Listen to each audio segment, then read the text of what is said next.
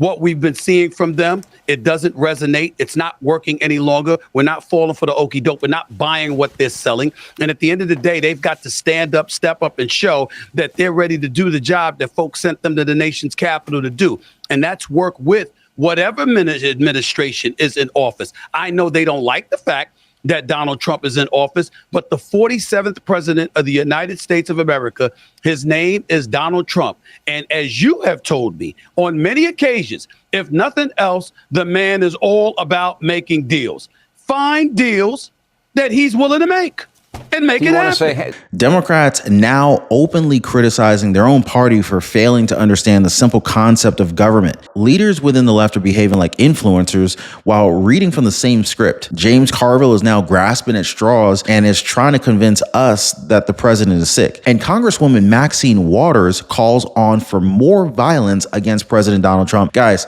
if you guys appreciate the daily news updates, hit the like button, subscribe to the channel. We got some shocking updates today. So let's get down to it with the struggles of the left since President Trump won. So the Democratic Party has been lost ever since November. Might have even been lost before November. But anyway, struggling to find an answer to President Trump's rapid pace of answering the many concerns of Americans. In fact, the only message that they've had since the president won is that the orange man is bad. Now, besides that, they've got nothing left. But the hate against President Trump has been overused by the Democrats.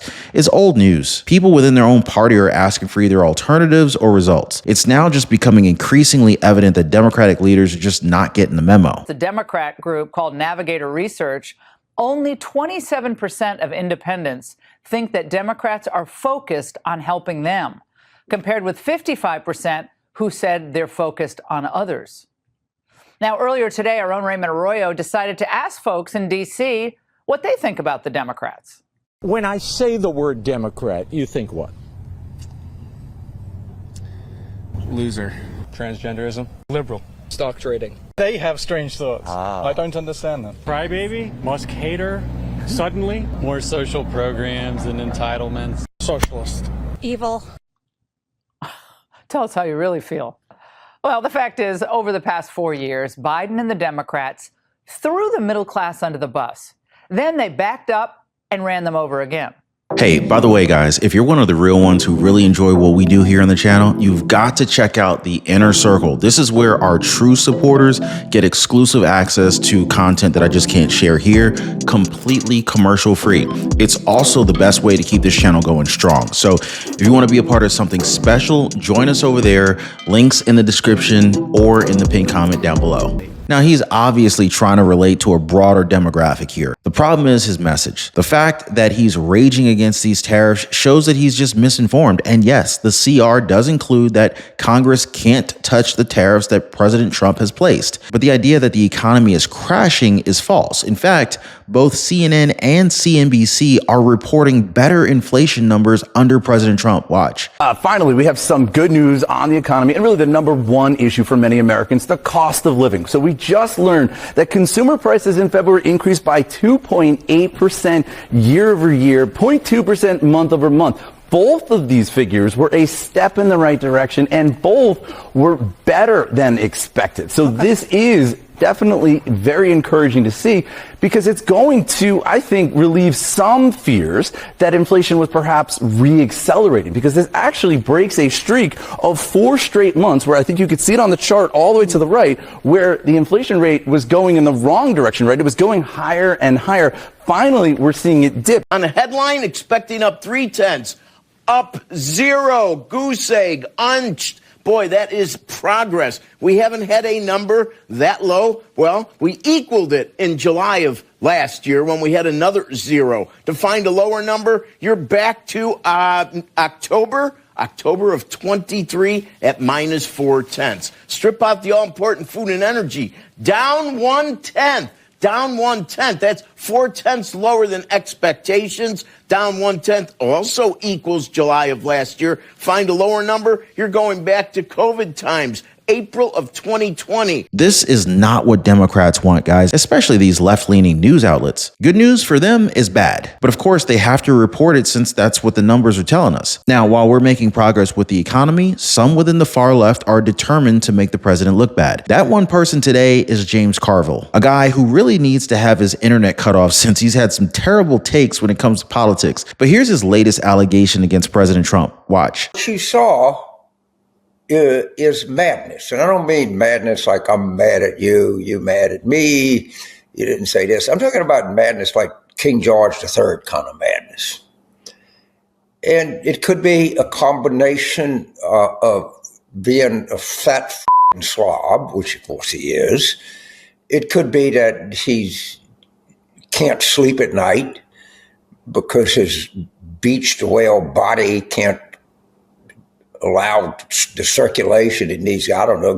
I'm not a sleep specialist or a medical doctor. But I think we should revisit the possibility of a syphilis diagnosis.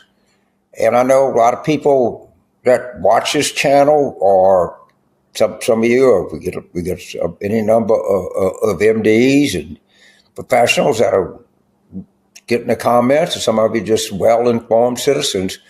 But I don't think we can discount the fact that what we saw was mad. I'm not going to concede that I'm just asking questions. I'm just making an observation that everyone saw. We know that boy ain't right.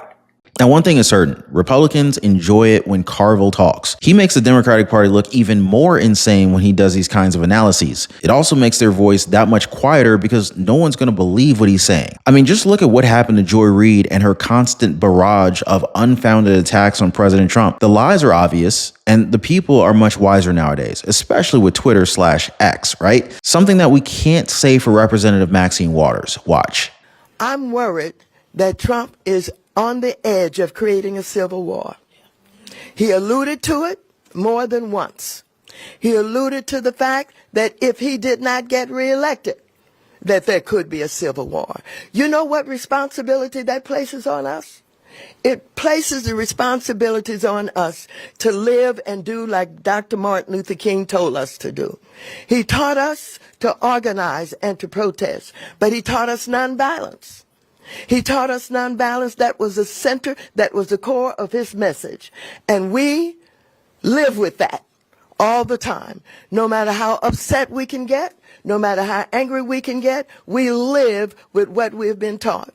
And now, this president is putting us in a position where hungry people are going to be on the street, where nonprofits who were waiting for their checks are not going to get them, where seniors waiting for their Social Security check will not get it, where poor families with children will not get what they believe the government has agreed to do. And so when that happens, what does Trump expect? Oh, I believe he expects violence. I believe he expects confrontation. I believe he's working toward a civil war. We're not going to get goaded. We're not going to get tricked into that. We're going to continue to do our work. I just have to remind you that she said the same thing 4 years ago, that the president wants civil war. But just because you repeat the same message doesn't make it true. What's you guys' take on Maxine Waters and her approach to the Trump administration? Is this lady on drugs? Should she still have a job in Congress? Should she be fired? Now, I want to redirect you guys toward a recent live stream that I did. Now, it's important that you watch this as I talk about the very real possibility of Doge providing us with dividend checks or dividend stimulus checks or refund checks or however you want to call it. Anyway, these checks, they can be worth up to $5,000. Now, I suggest you go over there and check that video out for yourself so you can be updated. As always, appreciate you guys' time. Thank you so much for watching the video and hitting the like button and subscribing to the channel. We'll see you next. Urgent warning, guys. The job market is collapsing. The economy is shrinking fast. Layoffs are skyrocketing. The Trump tariffs are already shaking industries. The media won't tell you this, but most high-paying jobs, they're disappearing. And the ones that do remain, they're soon going to be out of reach. But here's the good news, guys. I've put together a list of 30 plus jobs that pay around $100,000 per year without a degree. These are recession-proof jobs, and some are even set to explode in demand thanks to this economic shakeup. no college degree required, no student debt, just real jobs that pay. But I promise, guys, this list is not going to be available forever. So get it right now. Get it before these jobs are flooded by the competition. I'm going to go ahead and leave a link down below so you can get your free list of the 30 plus jobs that pay over $100,000 without a college degree. So download this list before it's too late. And it's safe to say the Democrats have yet to learn their lesson. They're so fixated on their own agenda that they're operating like robots. Now, I'm pretty sure you guys remember the more than a dozen Democrats who had the same message against President Trump and the economy. And somehow they've allowed themselves to do the exact same thing. Only this time they're posting the same message on social media. Now, sure, they learned how to paraphrase this time around, but it's still almost identical to each other, which goes to show that the Democrats, they do not have a mind of their own. They're purely propagandists. Which brings me to Senator Adam Schiff and his cringe attempt at being a political influencer. Watch. So is the government shutting down? Well, that depends on Donald Trump and the Republicans. They control the White House, they control the House, they control the Senate. It's really up to them. Now, the risk increased greatly when Republicans decided to send a partisan continuing resolution to the Senate that lacked any Democratic support. So what is a continuing resolution, or CR? Let me try to explain. So government funding runs out on Friday at midnight, and in a normal world, what would happen is Democrats and Republicans would pass what's called a clean continuing resolution, a clean CR. That would essentially put the government on autopilot with all of the same funding levels that we had for the last several months, for the next several months, until something can be worked out. But that's not what happened here. Here, Republicans passed a partisan resolution that changed all kinds of funding levels and also stripped Congress of the ability to overturn the Trump tariffs that are wrecking our economy. So that passed on a narrow 2-vote margin in the House, and now it's here in the Senate, and it doesn't have the votes. So this particular continuing resolution would last for 6 months, and it gives Donald Trump 6 months to continue wrecking the government, continue cutting off funding, continue closing Social Security offices, continuing layoff of veterans and the layoff of firefighters. Essentially gives him another half year to continue all the destructive actions he's taking now. That's not going to fly. What we should do is something short-term that will allow members of Congress to agree on setting regular funding levels for every part of the government and to insist that they be observed by the president, not that we continue to have these illegal impoundments of money.